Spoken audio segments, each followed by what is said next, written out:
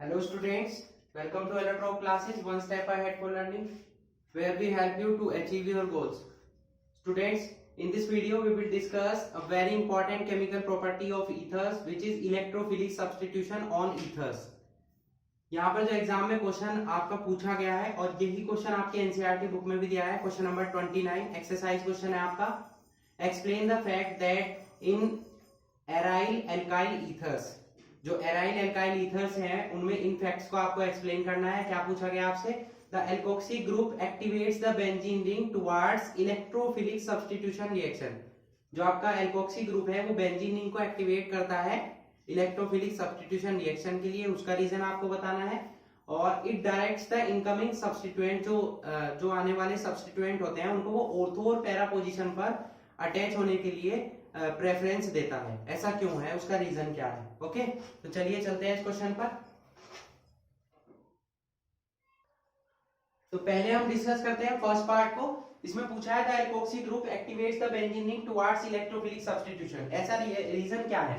तो जो हमारा एल्कोक्सी ग्रुप होता है बच्चों, जो एल्कोक्सी ग्रुप हमारा प्रेजेंट होता है वो हमारा प्लस एम यानी कि प्लस मेसोमेरिक और प्लस आर एक ही बात है दोनों. तो ये इफेक्ट शो करता है. तो प्लस एम और प्लस आर इफेक्ट शो करने की वजह से क्या करेगा, वो क्या करेगा, इलेक्ट्रॉन डोनेटिंग ग्रुप होगा. तो इलेक्ट्रॉन्स को वो डोनेट करेगा. तो it can donates the electrons towards benzene ring. अब ये इलेक्ट्रॉन को बेंजीन रिंग की साइड क्या करेगा, प्रेफर करेगा बेंजीन रिंग में. ठीक है, तो जिससे कि इलेक्ट्रॉन डेंसिटी आपकी बेंजीन रिंग में क्या हो जाएगी, इंक्रीज हो जाएगी. और बेंजीन में इलेक्ट्रॉन डेंसिटी इंक्रीज होने की वजह से क्या होगा कि वो benzene ring electrophilic substitution reaction के लिए यूज की जा सकती है फिर. ठीक है, मतलब वो इलेक्ट्रोफिलिक सब्स्टिट्यूशन रिएक्शन देगी. पहली बात तो ये होगी. दूसरी बात ये होगी कि it directs the incoming substituents to ortho and para position. अब जो आने वाले ग्रुप्स है ये ऑर्थो और पैरा पोजीशन पर ही क्यों अटैच होते हैं? क्यों? क्योंकि जो इलेक्ट्रॉन डेंसिटी आपकी एल्कोक्सी ग्रुप की हेल्प से बेंजीन रिंग में इंक्रीज हुई है वो ऑर्थो और पैरा पोजीशन पर ही इंक्रीज होती है. कैसे होती है उसकी पहले स्ट्रक्चर देख लेते हैं, स्ट्रक्चर से और क्लियर हो जाएगा. सपोज हमारे पास ये बेंजीन रिंग प्रेजेंट है, इस पर हमारा एल्कोक्सी ग्रुप प्रेजेंट है ये. ठीक है, अब इसके पास क्या है, इलेक्ट्रॉन्स प्रेजेंट है, लोन पेयर ऑफ इलेक्ट्रॉन्स. तो ये इलेक्ट्रॉन डोनेटिंग फॉर्म में वर्क करेगा.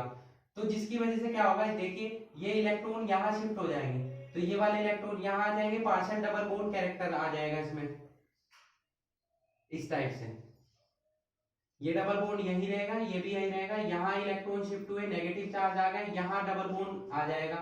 ऑक्सीजन पर क्या आ जाएगा, पॉजिटिव चार्ज. फिर ये इलेक्ट्रॉन यहाँ शिफ्ट होंगे तो इन्हें यहाँ शिफ्ट होना होगा.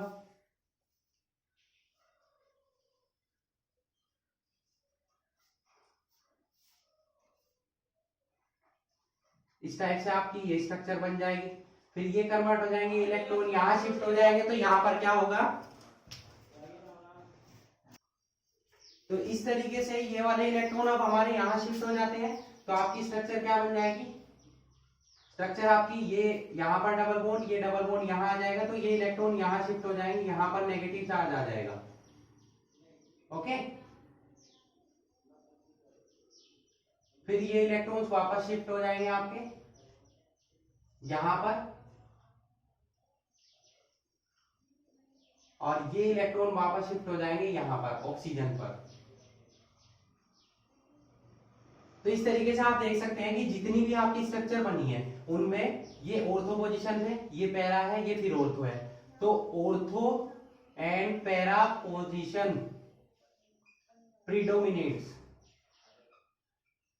ऑर्थो और पैरा पोजीशन ज्यादा बन रही है. तो इसीलिए यही रीजन हुआ कि जो एल्कोक्सी ग्रुप है वो इनकमिंग सब्स्टिट्यूएंट्स को ऑर्थो और पैरा पोजीशन पर डायरेक्ट करता है कि आप ऑर्थो और पैरा पोजीशन पर अटैक कर सकते हैं. ओके, तो दोनों के आपको आई होप रीजन क्लियर हो चुके होंगे. बेंजीन रिंग में क्या है, एक्टिवेट क्यों किया इसने, क्योंकि ये एल्कोक्सी ग्रुप हमारा प्लस एम और प्लस आर इफेक्ट शो करता है, जो कि इलेक्ट्रॉन डोनेटिंग ग्रुप है. तो इलेक्ट्रॉन्स ये इलेक्ट्रॉन डेंसिटी इंक्रीज कर देता है बेंजीन रिंग पर. फर्स्ट का आंसर ये हुआ. अब ऑर्थो और पैरा पोजीशन पर ही क्यों हुआ, क्योंकि ऑर्थो और पैरा पोजीशन पर इलेक्ट्रॉन डेंसिटी क्या हो रही है, हमारी इंक्रीज हो रही है. ओके, तो ये दोनों के रीजन आपको क्लियर हुए. अब हम इन्हीं के बेसिस पर कुछ इंपॉर्टेंट रिएक्शन देख लेते हैं जो कि हमारी इलेक्ट्रोफिलिक सब्स्टिट्यूशन रिएक्शन है ईथर्स की. ओके, तो प्लीज नोट इट. चलिए रिएक्शंस पर आ जाइए, रिएक्शंस देख लेते हैं। फर्स्ट रिएक्शन हम यहाँ नोट करने वाले हैं, Friedel craft alkylation of anisole.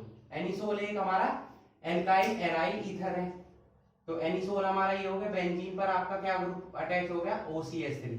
Alkylation means CH3Cl से रिएक्शन कराएंगे in presence of anhydrous AlCl3। तो क्या होगा आपका OCH3, यहां पर ये ऑर्थो पोजीशन पर CH3 अटैच हो जाएगा और यहां पर पैरा पोजीशन पर भी अटैच हो जाएगा आपका, ठीक है। ये आपका मेजर होगा, ये आपका माइनर होगा, ओके।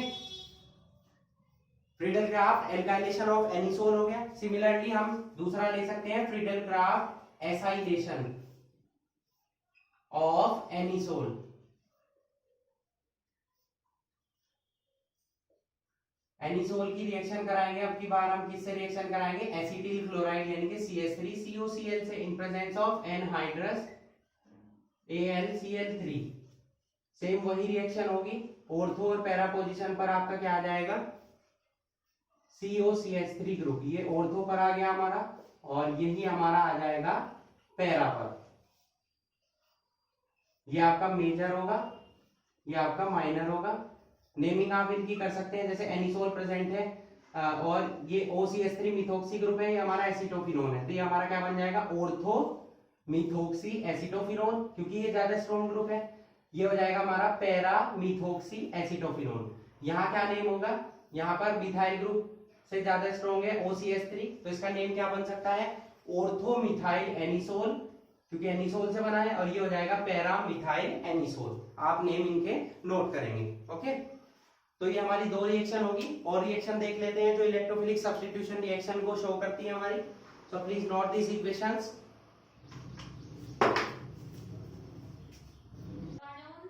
नहीं, यहाँ हमने देखा कुछ दो इंपॉर्टेंट रिएक्शन को। नेक्स्ट हमारी इंपॉर्टेंट रिएक्शन है bromination of anisole in presence of ethanoic acid, okay. तो ब्रोमीन से हमने रिएक्शन कराई एसिटिक एसिड की प्रेजेंस में, तो सेम वही रिएक्शन होगी बच्चों। ब्रोमीन आपका अटैच होगा ऑर्थो पोजीशन पर और पैरा पर, आपका माइनर होगा ऑर्थो वाला और मेजर होगा आपका पैरा पोजीशन वाला। सिमिलरली नाइट्रेशन हो सकता है in presence of concentrated HNO3 and concentrated H2SO4। तो नाइट्रो ग्रुप आपका अटैच होगा ऑर्थो पोजीशन पर और पैरा पर, ये हमारा हो गया ऑर्थो नाइट्रो एनिसोल, ये हमारा पैरा नाइट्रो एनिसोल।